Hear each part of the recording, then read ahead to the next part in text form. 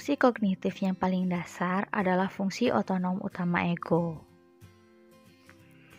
Maka fungsi ego yang dijelaskan di sini membahas tentang analisis kognitif yang melibatkan formulasi diagnostik karakter non-psikotik atau masalah kepribadian, neurosis, dan kenormalan. Neurosis yang dibahas di sini sesuai dengan kategori kecemasan DSM, somatoform, disosiatif, dan gangguan non-psikotik lainnya. Ada 3 tingkatan fungsi ego. Yang pertama, fungsi integratif ego.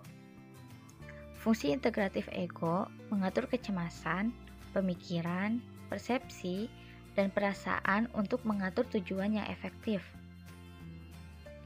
Fungsi integratif ego ini melibatkan tingkat fungsi kognitif yang terganggu. Kerusakan fungsi integratif ego yaitu bahwa orang tersebut meskipun pada dasarnya sadar dan bersentuhan dengan kenyataan, dapat tetap kurang salah mengerti, menyimpang, bertindak, dan bisa menjadi labil.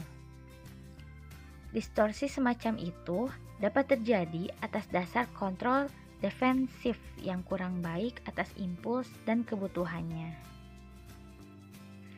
Masalah sehubungan dengan penurunan fungsi integratif. Ego terjadi pada gangguan kepribadian dan patologi neurotik, yaitu di mana masalah kecemasan menjadi perhatian utama. Pada neurosis, energi dikeluarkan dalam pembentukan patoma gejala yang berfungsi sebagai respons terhadap pengalaman kecemasan.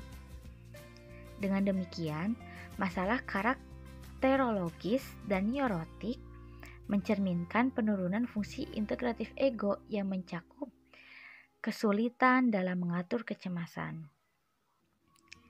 Distorsi yang mengganggu hubungan interpersonal yang konstruktif, pengurangan efisiensi dalam pencapaian aspirasi, serta penghambatan dalam arah tujuan. Contoh penurunan dalam fungsi integratif ego dapat dilihat dalam kasus seorang siswa yang cerdas, yang sangat menginginkan prestasi akademik dan berkarir, tetapi tidak bisa belajar kecuali dengan keterpaksaan. Dalam kasus seperti itu, ada regulasi yang mengalami penurunan nilai kemampuan dalam mengelola kecemasan secara konstruktif karena dorongan insting, konflik internal, serta pertahanan yang kurang baik. Yang kedua yaitu fungsi sintetik ego. Fungsi sintetik ego yaitu kapasitas individu untuk memanfaatkan sumber dayanya secara aktif sebagai perlawanan untuk menyerah pada kepasifan dan tekanan fantasi di bawahnya. Ego sintetik berfungsi sebagai pusat energi yang terdapat dalam diri seseorang untuk menghadapi tidak stabilnya ambisi dan tidak sesuainya kondisi dengan realita tujuannya. Namun, ketika fungsi ego sintetik terganggu, fantasi tidak lagi secara nyata berkaitan dengan aktivitas yang sedang berlangsung, dan akhirnya tujuan kegiatan menjadi terbatas. Sebagai gantinya, fantasi mengasumsikan peran dari kompensasi, yaitu mempertahankan keinginan tanpa adanya aktivitas penuh. Ketika ini terjadi, orang tersebut mungkin cukup jernih kesadarannya, mulai dapat berpikir dengan baik dan dapat berjuang walaupun pada dasarnya pasif. Dalam artian, orang tersebut tidak menerapkan energi secara konsisten. Dan oleh karena itu, tidak dapat sepenuhnya mencapai tujuan pribadi.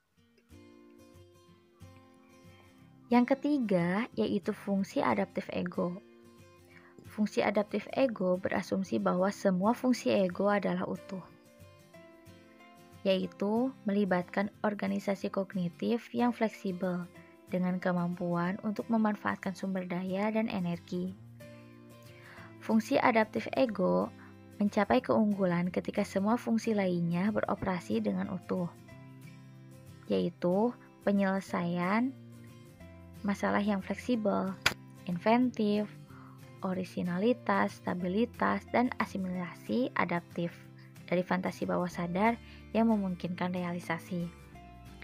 Dalam pelaporan fungsi ego ini, fokusnya adalah pada evaluasi sejauh mana pengalaman coping seseorang berhasil, baik perilaku di sekolahnya, di tempat kerjanya, maupun hubungannya dalam berinteraksi dengan sekitarnya.